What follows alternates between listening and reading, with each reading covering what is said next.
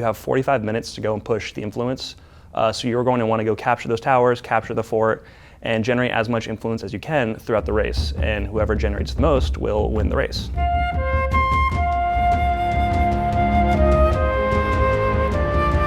Welcome to Forged in Eternum, the show where we discuss all things New World. I'm Dan Henyeber, product owner for Social Features, and today I'm with Patrick Smedley, product owner for Progression and Seasons, and also Rachel Barnum, the lead designer for Influence V2. And we're going to talk about Influence V2 today. It should be a very fun discussion. I'm looking forward to it. To set the table, what was Influence V1 like?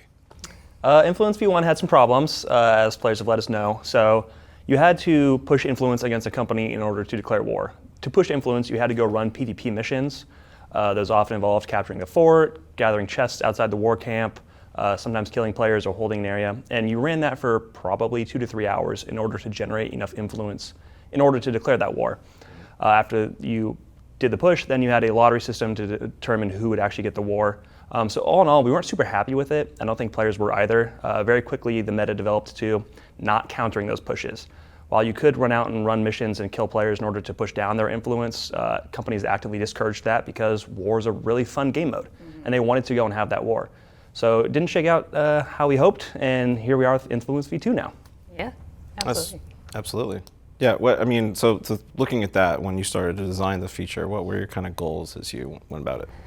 My goals were to really make a reason to fight. Like, this was intended to be an open world PvP thing to do. You have to be flagged to do those missions, yet whenever you would run them, you would never run into any sort of counter at all because, you just wanted to go to war. Yep. And so part of this was the goal of, okay, how do we actually bring people together for open world PvP?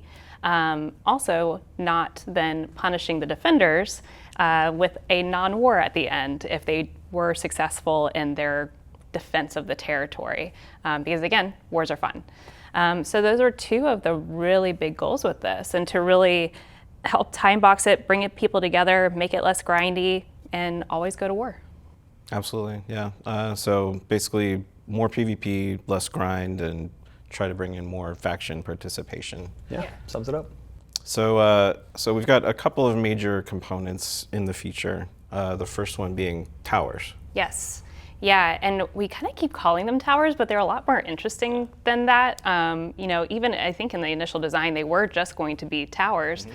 But then as we evolved, we've made them like little, just zones that you're defending, like little mini forts in a way, just little mini encampments around the territory.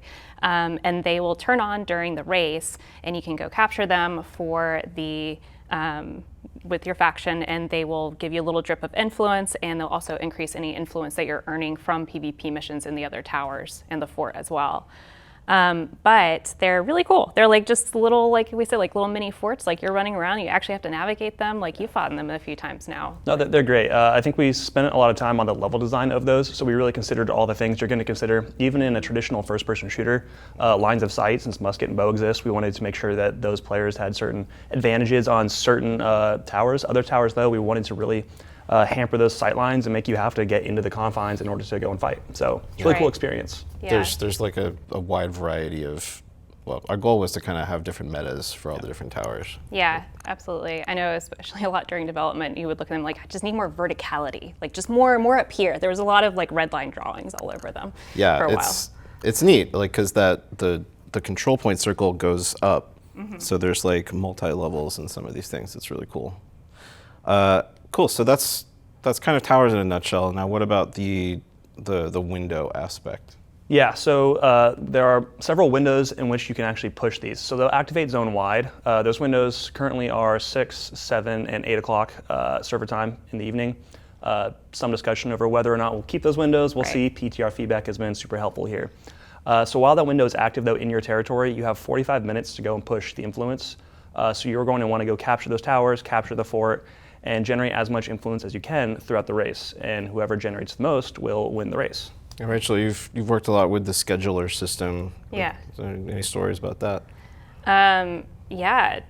Gosh, the scheduler is fun, I will say. So any stories about the scheduler itself? I mean, we've gotten a lot back and forth on the timing that we wanted. We originally even had like 2-hour races, and we did some testing with that, and it was a little too long. We wanted to definitely feel a little bit more confined and game mode-y.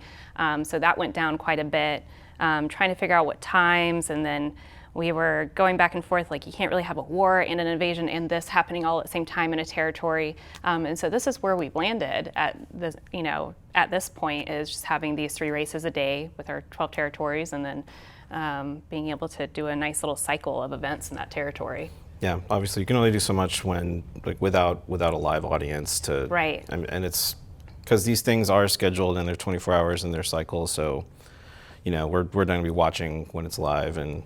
Yeah. But yeah, I think they're definitely going to bring.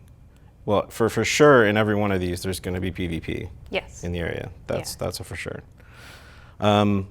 So in terms of, like, why might I want to go participate in an influence race on the server? Because it's fun. It's fun. It is fun. And it's also really rewarding, to be honest. Like we were just talking before this about there's the caches at the end of the race if you participate, and those are pretty good at the end. But throughout the race, like they're unlike other game modes, because this is just open world PvP, you get all the other rewards just as you do. As you do in open world PvP, we've made the actual killing of players a little bit more valuable in earning PvP XP. You'll earn it more often. Even what they drop is a little bit more valuable in this release. Whenever you capture towers, capture the fort, their values have gone up quite a lot in this. You're still doing PvP missions throughout as kind of secondary objectives, and also to earn influence, all those rewards as well. So if you're a really active participant in this race, you're getting a lot. Like I feel like this is becoming one of the more efficient ways even to earn rewards on the PvP track. Yeah, and that's the goal, right? If you want to go get that artifact on that PvP reward track or get that prestige gear, go run an influence race. It's super fun content. I think a lot of players remember the early days of New World when we first launched, and you have that mad rush where a lot of open world PvP due to player density. We're hoping to recreate that here with the influence races. Right. I remember there was one video of like a bunch of players like going over a cliff at one point, and there's at least one tower that you'll see that where we placed it that was kind of an inspiration for that tower placement. So all those videos are definitely inspirational in terms of where we place them and how they look. And then there was one last kind of a sleeper change that we made to forts.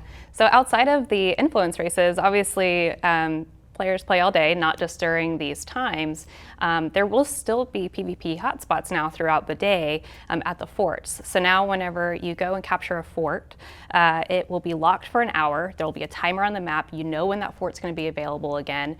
So you know where the action's going to be all day, whatever fort you want to go get. The other nice change about that too is now your faction's guaranteed that buff for an hour, but I find where the fight's going to be at all times to be a lot more fun. I'm super excited about that one, because when I log on, the first thing I do is open my map and look for those crossed red swords to go kill someone. Right. And half the time the forts are empty because they're available 24/7. So that more targeted PvP for someone like me is going to be just huge. Yep. Or you just go sit there solo, just wait for the 10, PvP 15 minutes XP we need is right now. PvP XP, whatever it takes. Absolutely. So that's kind of the high level Influence V2 package of changes. And that kind of wraps us up. That brings us to the community question today, which is, I think this kind of calls for a more open-ended one than usual. I mean, there's a lot here. There's a lot to this. So if you're a PvP player, please share your thoughts. Like we said, we'll be watching in live. In fact, we're about to go into PTR right now and play the first one. Literally right after this video. It's going to be awesome. So yeah, thanks so much for watching, and please like and subscribe if you like this and want to see more. And someone was like, hey, what if the tentacle reached out from the portal and grabs the guy? And that turns out to be really the coolest part of the scene.